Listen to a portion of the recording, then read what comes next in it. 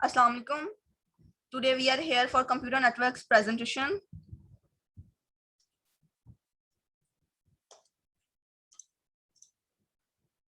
Group members are Rabia Ijaz 313, Muqaddas Nadeem 341, Misbah Sadiq 319, Ful Fatma 305, and Arusa Nasir 332.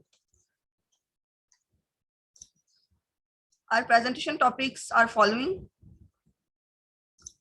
I am Rabia Ijaz 313. I will discuss about attenuation, distortion, and noise. First, we have attenuation. Attenuation means a loss of energy. When a signal, simple or composite, travels through a medium, it loses some of its energy in overcoming the resistance of the medium. That is why a wire carrying electric signals get warm, if not hot, after a while. वो कह रहे हैं कि attenuation means loss of energy.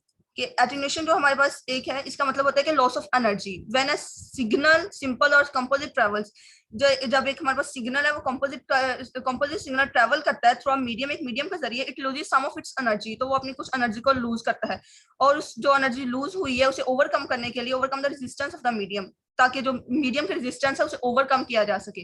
That is why a wire carrying electric signals gets warm. और जो wire होती है electric signals को जो कैरी कर रही होती है वो वार्म हो जाती है, if not hot, after a while. Some of the electric energy in the signal is converted to heat. To compensate for this loss, amplifiers are used to amplify the signals. जो amplifiers होते हैं हमारे पास, ये signals को amplify करने के लिए use होते हैं. Effects of attenuation and amplifications, ये हमारे पास इसके कुछ effects होते हैं. ये हमारे पास पहले signals है original form में, उसके बाद attenuated signals हैं, उसके बाद amplified signals हैं. Then we have simple definition with example. Attenuation. Attenuation is the loss of signal strength in networking cables or connections. वो कह रहे हैं कि जो attenuation है ये हमारे पास है lose of signal strength, signals की strength का lose in networking cables or connections. This typically is measured in decibels or voltage and can occur due to a variety of factors. An example of this is Wi-Fi signal and strength getting noticeably weaker the further that your device is from the router. It can be calculated in decibels in terms of voltage. जो term हमारे पास attenuation है इसे हम decibels में calculate कर सकते हैं. अब then we have decibels. To show that a signal has lost or gained strength, engineers use the unit of decibels. कि हम ये शो करने के लिए जो सिग्नल्स हैं ये जो स्ट्रेंथ है वो लॉस्ट कर रहे हैं या गेन कर रहे हैं, इंजीनियर्स जो है ये यूज करते हैं unit of decibels. The decibel dB measure the relative strength of two signals or one signal at two different points. The decibel is negative if a signal is attenuated and positive if a signal is amplified. वो कह रहे हैं कि जो decibel होगा ये negative होगा अगर हमारे पास जो सिग्नल है वो attenuated है, और अगर पॉजिटिव होगा अगर सिग्नल जो है वो एम्पलीफाइड है. ये हमारे पास dB की वैल्यू है 10 log 10 P2 by P1. Then we have example of decibel. वो कह रहे हैं a signal travel through an amplifier and its power is increased 10 times. कि एक सिग्नल है वो एम्पलीफायर के थ्रू ट्रेवल कर रहा है और उसकी जो पावर है वो इंक्रीज हो रही है 10 times. This means that Pz is equal to 10 P1. In this case, the amplification gains of power can be calculated as. तो इस केस में हम जो एम्पलीफिकेशन पावर है वो ऐसे कैलकुलेट करेंगे 10 log 10 P2 by P1 is equal to 10 log 10. 10 P1 by P1 is equal to 10 log 10. 10 is equal to 10. हमारे पास जो 10 log 10 की वैल्यू 1 है तो ये हो जाएगा 10 डेसिबल के equals. Next we have distortion. Distortion means that the signals change its form or shapes. Distortion का मतलब ये है कि जो signals होते हैं ये अपनी form और जो shapes हैं उन्हें change करते हैं. Distortion can occur in a composite signal made of different frequencies. Each signal component has its own propagation speeds. See the next session. Through a medium and therefore its own delay in arriving at the final destinations. Difference in delay may create a difference in phase of the delay. वो कह रहे हैं कि जो अगर delay में जो difference है वो may create a difference in phase of the delay. जो phase delay का phase है उसमें difference create कर सकता है. Is not exactly the same as the period duration. तो वो exactly same नहीं होता है जैसा कि हमारे पास period की duration होती है. डिस्टॉर्शन प्रोसेस हमारे पास ये होता है कंपोजिट सिग्नल्स सेंड, जो हमारे पास जो कंपोजिट सिग्नल्स होते हैं ये भेजे जाते हैं कंपोनेंट्स इन फेसेस जो सेंडर है द सेंडर, और जो एट द रिसीवर होते हैं components out of the phases and components signal received, और हमारे पास सिग्नल्स रिसीव हो जाते हैं. Then we have noise.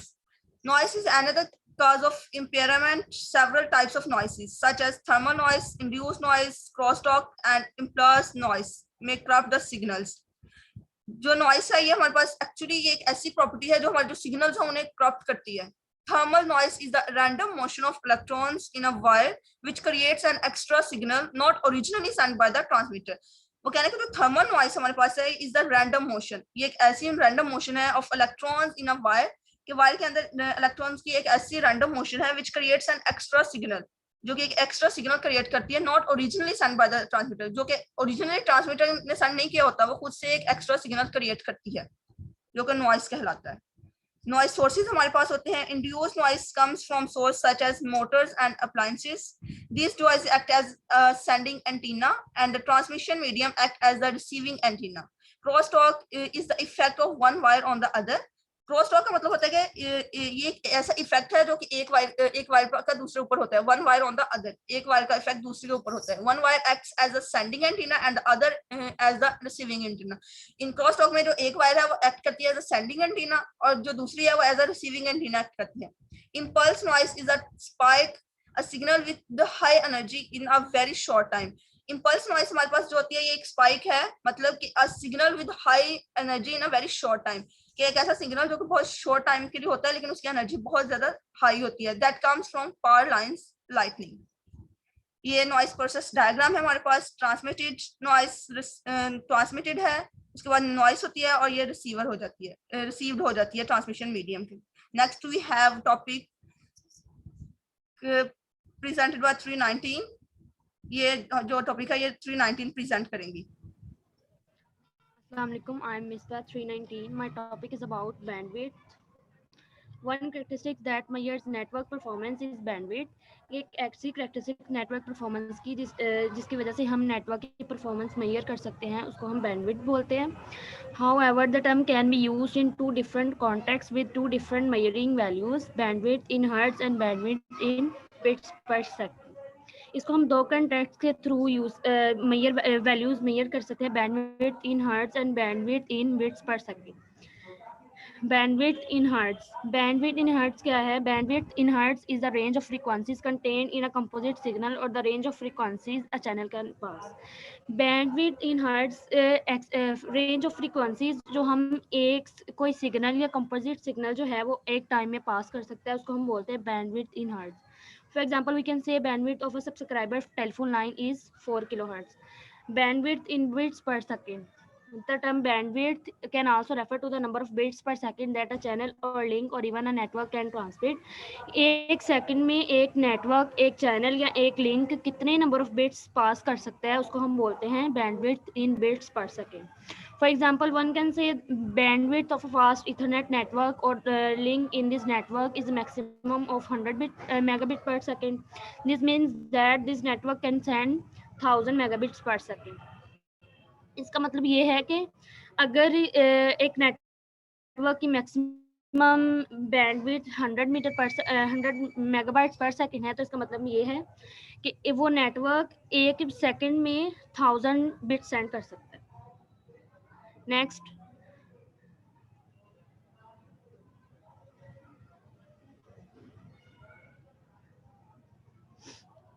Next इनमें रिलेशनशिप क्या है? There is an explicit relationship between bandwidth in hertz and bandwidth in bits per seconds.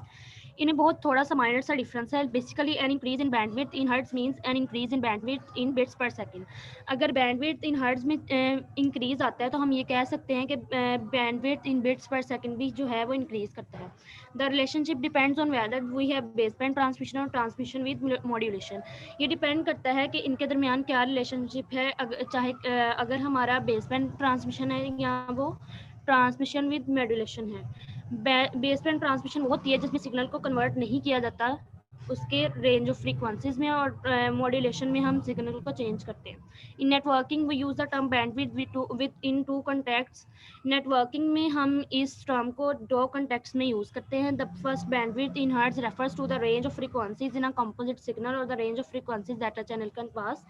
Bandwidth in hertz को हम यूं कह सकते हैं कि एक फ्रीक्वेंसी कि वो रेंज जो सिग्नल जो है वो एक टाइम में पास कर सकता है, एक सिग्नल या एक लिंक या एक चैनल पास कर सकता है.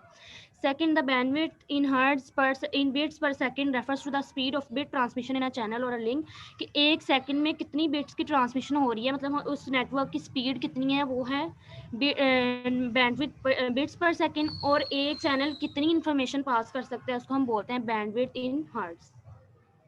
नेक्स्ट एग्जांपल है, the bandwidth of subscriber line is 4 kilohertz for voice data, and the bandwidth of this line for data transmission can be up to 56,000 bits per second using a sophisticated modem to change the digital signal of to analog. कि एक subscriber line की bandwidth जो है वो 4 kilo hertz है, जो कि data या वॉइस के लिए यूज़ हो रही है.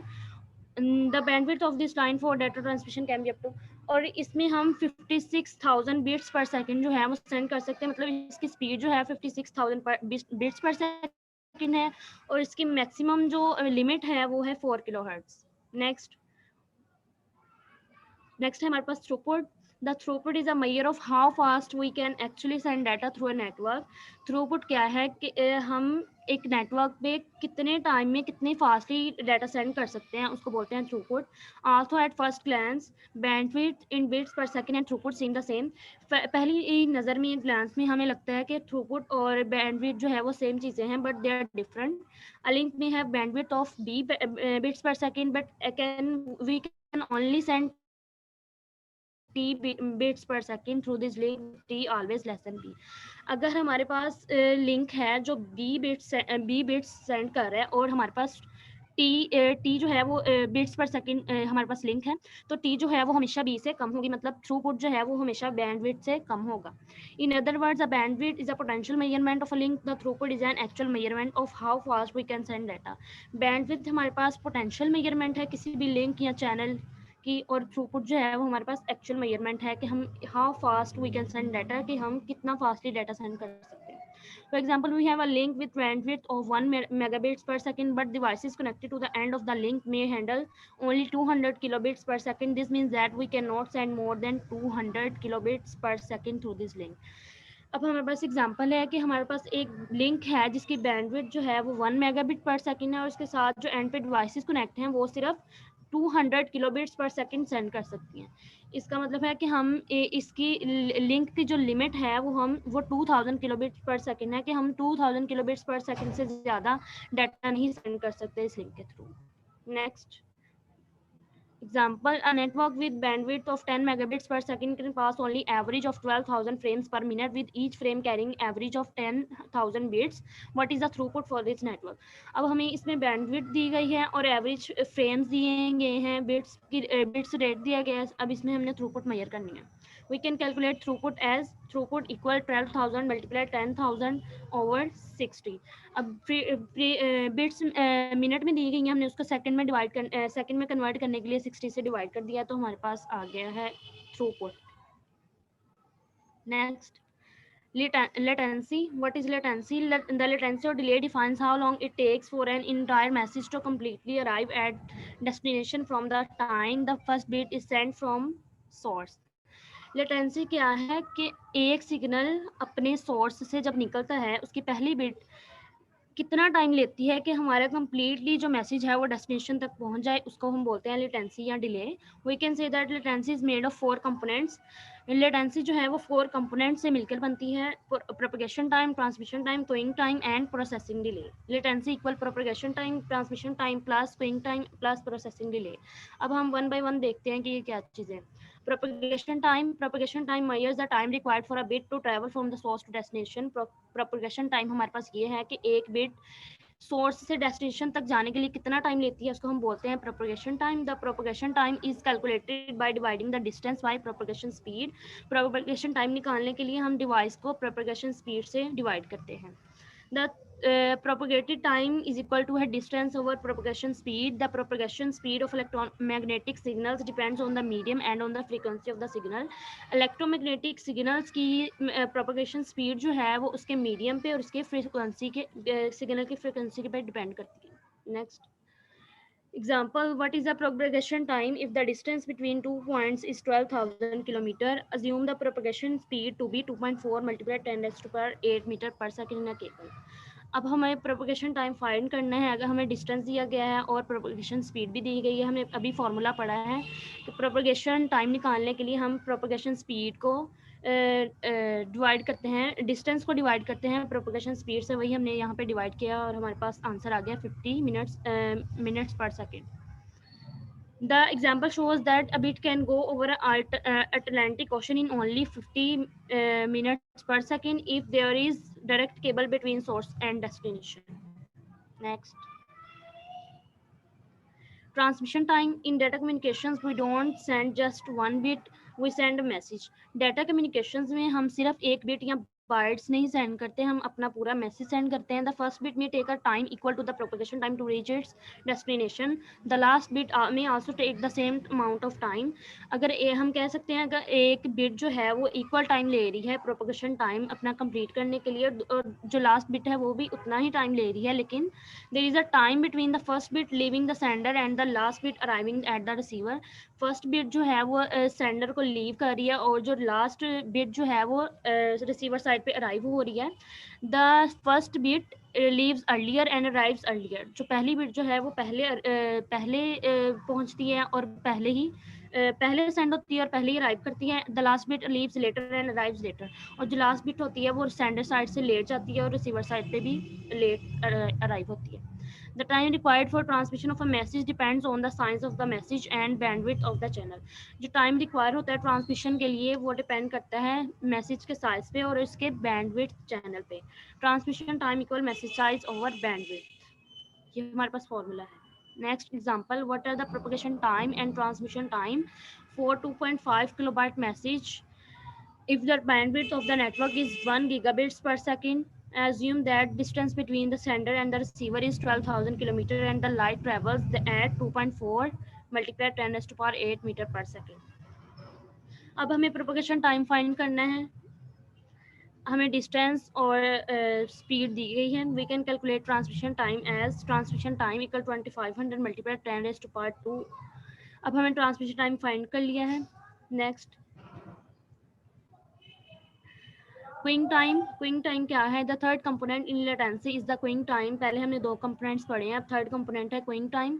Queuing time in latency is the time needed for each intermediate or end device to hold the message before it can processed. वो इंटरमीडिएट डिवाइसेस, वो टाइम जो सिग्नल को सेंड होने के दरमियान डिवाइसेस या इंटरमीडिएट डिवाइसेस होल्ड करती हैं उसको प्रोसेस करने से पहले, वो टाइम हमारा जो है वो क्विंग टाइम है. The queuing time is not a fixed factor. ये एक फिक्स्ड फैक्टर नहीं है. It changes with the load imposed on the network. अगर हमारा लोड ज़्यादा होगा तो क्विंग टाइम ज़्यादा होगा और अगर लोड कम होगा तो क्विंग टाइम भी कम होगा. When there is heavy traffic on the network the queuing time increases. जब नेटवर्क पर ट्रैफिक ज़्यादा होती है तो क्विंग टाइम जो है वो खुद ही इंक्रीज कर जाता है. Intermediate device such as router queues are arrive the messages and process them one by one. if there are many messages each message will have to wait. अगर हमारे पास ज़्यादा मैसेज है राउटर पे तो क्वीज लगेंगी, वहाँ पे अप्लाई होंगी, और ज़्यादा मैसेज है तो हर एक मैसेज को जो है वो वेट करना पड़ेगा. Next, jitter. The last topic is jitter. Another performance issue that is related to delay is jitter. एक other performance issue जो delay से relate कर रहा है वो है jitter. We can roughly say that jitter is a problem if different packets of data encounter different delays and application using data at the receiver side is time sensitive. For example, if the delay for the first packet is 20 meters per second, for the second is 45 meter per second, and for the third is 40 meter per second, then real time application that uses the packets and use jitter. अगर continuous हमारे पास कोई signal pass हो रहे हैं उनके दरमियान जो delay आ जाता है, रुकावट आ जाती है, तो हम उसको बोलते हैं जिटर. अगर एक हमारे पास अगर जो है वो रिसीवर साइड जो है वो टाइम सेंसिटिव है, मतलब अगर हमने वो चाह रहे हैं कि हम जितने टाइम पे डाटा सेंड हो रहा है उतने टाइम पे ही हमें मिले, उसके दरमियान अगर कोई डिले आ जाएगा तो हम बोलेंगे कि जिटर क्रिएट हो रहा है. Next slides will be discussed by Muqaddas 341. अस्सलाम वालेकुम, मैं मुकद्दस, रोल नंबर 341, गाइडेड मीडिया. एक ऐसा वही बात जिसके ज़रिए डाटा एक जगह से दूसरी जगह ट्रैवल करता है, यानी कि एक ट्रैवल कर रहा होता है लेकिन फिजिकल कनेक्शन की हेल्प से या फिजिकल मीडिया की मदद से. That is called guided media. मतलब फिजिकल मीडिया क्या होगा? एक ऐसा वे जिसकी मदद से डाटा ट्रैवल करता है। और फिजिकल मीडिया क्या है? कोई वायर, कोई केबल, कोई वायर है तो ये फिजिकल मीडिया है। गाइडेड मीडिया को बाउंडेड मीडिया भी कहते हैं। Next, types of guided media. Types में इसकी ट्विस्टेड पेयर केबल है, कोएक्सियल केबल है, फाइबर ऑप्टिक्स केबल है। Next, twisted pair cable. Twisted pair cable is most commonly used as physical transmission medium. It is used in local area network to connect computers and other devices. Twisted pair cable एक ऐसी cable है जिसकी मदद से हमारा data एक device से दूसरी डिवाइस में जाता है, जो लोकल एरिया नेटवर्क में यूज होती है कंप्यूटर को कनेक्ट करने के लिए, जिससे डाटा एक डिवाइस से दूसरी डिवाइस में ट्रैवल करता है। Twisted pair cable consists of a pair of a copper wire. ये copper wire से बनी होती हैं। The pair of wires is covered by plastic insulation and it is twisted together. ये जो वायर्स होती है ना, ये प्लास्टिक इंसुलेशन, इसकी जो वायर्स होती है ना प्लास्टिक इंसुलेशन से कवर की होती हैं और ये ट्विस्टेड होती हैं आपस में। अब जो जिस तरह अगर हम देखें कि इंटरनेट की अगर हम वायर को ओपन करके देखें तो वो आपस में ट्विस्ट होती हैं। ये जो ट्विस्टेड होती हैं, ट्विस्टेड पेयर केबल होती है ना, इनमें जो वायर्स ट्विस्ट हो रही होती हैं, एक होती है इंसुलेशन और एक होती है कंडक्टर। जो इंसुलेशन होती है उससे करंट फ्लो नहीं करता। जैसे कि अगर हम बिजली के तार को पकड़ते हैं तो जहाँ से वो एम्प्टी होगी तो हमें झटका लगेगा, और अगर वो कवर होगी तो करंट नहीं लगेगा। तो ये इंसुलेटर की वजह से हमें करंट नहीं लगेगा। और कंडक्टर क्या है? कंडक्टर से करंट फ्लो होगा। ये जो टू वायर आपस में ट्विस्ट हो रही होती हैं तो वो ट्विस्ट हुई होती हैं, एक उनमें कंडक्टर होता है और एक इंसुलेटर होता है। नेक्स्ट है द ट्विस्टेड पेयर के the pair of wires is covered by plastic insulation. ये हो गया। Twisting of wires protects them from interference by external electromagnetic waves. यानी इनकी जो ट्विस्ट की होती है उससे ना ये इनमें कोई भी एक्सटर्नल इलेक्ट्रोमैग्नेटिक वेव्स एंटर नहीं हो सकती। नेक्स्ट है coaxial twisted pair cable.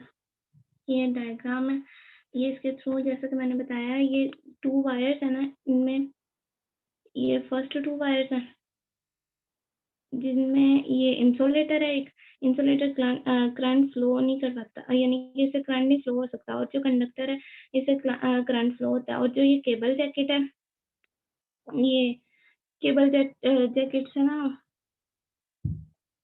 Cable jacket का नेम दिया, उसके बाद इसमें से वायर निकल रही है, एक का नाम इंसुलेटर है, एक का। और नेक्स्ट है twisted pair types. Twisted pair cables की टू टाइप्स हैं, एक शील्ड है, एक अनशील्डेड है। जो शील्ड है ना, उस पे मेटल की शील्ड के साथ उसे कवर किया हुआ है, जैसा कि यहाँ पे डायग्राम में भी देख सकते हैं। और जो अनशील्ड है उस पे कोई भी मेटल शील्ड से कवर नहीं किया गया। जो अनशील्डेड ट्विस्टेड पेयर केबल है वो ऑर्डिनरी टेलीफोन में यूज होती है, और ये इतनी एक्सपेंसिव नहीं होती, चीपेस्ट होती हैं, इजी टू इंस्टॉल होती हैं। और जो शील्ड ट्विस्टेड पेयर केबल हैं ये ज़्यादा एक्सपेंसिव होती हैं और इजी टू इंस्टॉल है, हार्डर टू हैंडल। ये क्योंकि ये थिक और हैवी होती हैं इसलिए इन्हें मुश्किल होता है हैंडल करना। Next, coaxial cable. Coaxial cable consist of a copper wire covered by an insulating material. Coaxial cable है वो कोएक्सियल केबल कॉपर वायर से ना कवर किया होता है और इंसुलेटिंग मटेरियल के through. The insulated copper wire is covered by copper mesh. जो इंसुलेटेड कॉपर वायर है ना उसे कॉपर मैश के थ्रू कवर किया गया होता है। ये नेक्स्ट डायग्राम में हम देखते हैं। The mash protects the data signals from interference and external electromagnetic waves. जो इसमें मैश होती है ना वो इलेक्ट्रोमैग्नेटिक सिग्नल्स को इनमें एंटर होने से ना रोकती है, यानी कि प्रोटेक्ट करती है। Coaxial cable are used by cable TV network and telephone company. Coaxial cable ज़्यादातर केबल टीवी नेटवर्क वाले यूज करते हैं और टेलीफोन कंपनीज वाले। नेक्स्ट, ये डायग्राम है।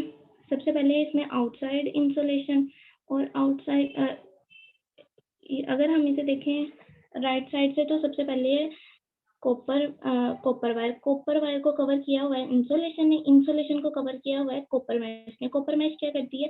ये इलेक्ट्रोमैग्नेटिक सिग्नल्स को ना एंटर नहीं होने देती है जब हमारा डाटा एक जगह से दूसरी जगह ट्रेवल कर रहा होता है, और लास्ट पे इसकी आउटसाइड इंसुलेशन रहती है। Next, fibre optics cable. Fiber optic cable consists of a thin strand of glass or plastic called core. The strands are thin like human hair. Fibre optic cable ये बहुत ही बारीक से या तो शीशे के या प्लास्टिक के ना स्ट्रैंड से बनी होती है जिसे हम कोर कहते हैं और ये स्ट्रैंड इतने बारीक होते हैं जितने के लाइक अ ह्यूमन हेयर जितने इंसानी बाल बारीक से होते हैं उतनी बारीक होती है. The core is the centre of the fibre optic cable. जो कोर होती है ना सेंटर में होती है और ये that uses light to transmit data. Light के थ्रू ये डाटा ट्रांसमिट करती है. Each strand is surrounded by a layer of glass inside the fibre optic cable called cladding. हर स्ट्रैंड को ना फाइबर के बाय ग्लास लगा हुआ जिसके साथ इसको कवर किया होता है जिसे क्लैडिंग कहते हैं. The cladding is the further protected by a plastic coating called jacket. Cladding को भी फर्दर प्रोटेक्ट किया जाता है किसके साथ प्लास्टिक कोटिंग की होती है और उस जो क्लैडिंग के बाहर प्लास्टिक की कोटिंग की होती है उसे जैकेट कहते हैं. Fiber optic networks work at a very high speed. It is not affected by electromagnetic waves. जो फाइबर ऑप्टिक केबल्स है ना ये इनकी स्पीड काफ़ी हाई होती है लेकिन और ये भी इलेक्ट्रोमैग्नेटिक वेव से इफेक्टेड नहीं होते यानी कि इन पर भी कोई असर नहीं होता और या वो एंटर नहीं हो सकते इलेक्ट्रोमैग्नेटिक वेव्स में. नेक्स्ट ये डायग्राम है. आउटर सर्किट है. इस सबसे पहले इसमें होती है कोर जो सेंटर में होती है. उसको कोर क्लैडिंग से निकल रही होती है यानी कि क्लैडिंग ने कोर को कवर किया होता है. क्लैडिंग को कोटिंग के थ्रू कवर किया होता है और कोटिंग को स्ट्रेंथ मेंबर के थ्रू कवर किया जाता है और स्ट्रेंथ मेंबर को आउटर जैकेट के थ्रू. और ये जो नीचे है डायग्राम बनी हुई है ये ग्लास है यानी कि इतनी बारीक से होते हैं like a human hair. Next will be described by 305.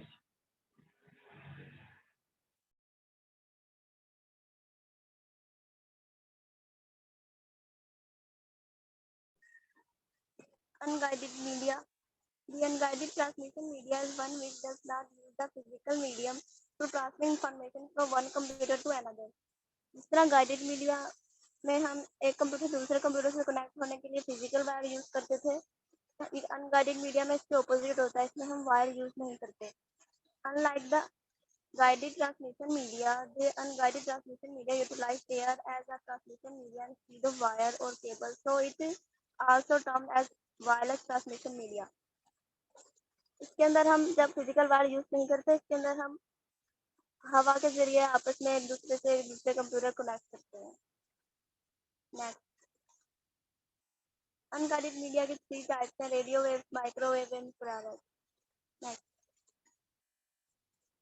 radio wave. Radio waves are the type of electromagnetic radiation best known for their use in communication technologies such as television, mobile phones and radios. Radio wave जो हमारी होती हैं वो electromagnetic wave होती हैं, ठीक है. और ये कम्युनिकेशन इसके जरिए हम जिस तरह टेलीविजन में केबल वायर लगी होती है, लेकिन इसके अंदर जो हमारे सिग्नल आ रहे होते हैं वो एंटीना से आ रहे होते हैं. जो एंटीना के सिग्नल होते हैं, एंटीना हवा से सिग्नल कैच कर रहा होता है. तो रेडियो वेव भी इसी तरह की होती हैं. इसके अंदर हमारी एयर के जरिए आपस में कम्युनिकेशन होती है. This device receive radio waves and convert them into mechanical vibration in the mechanical vibration in the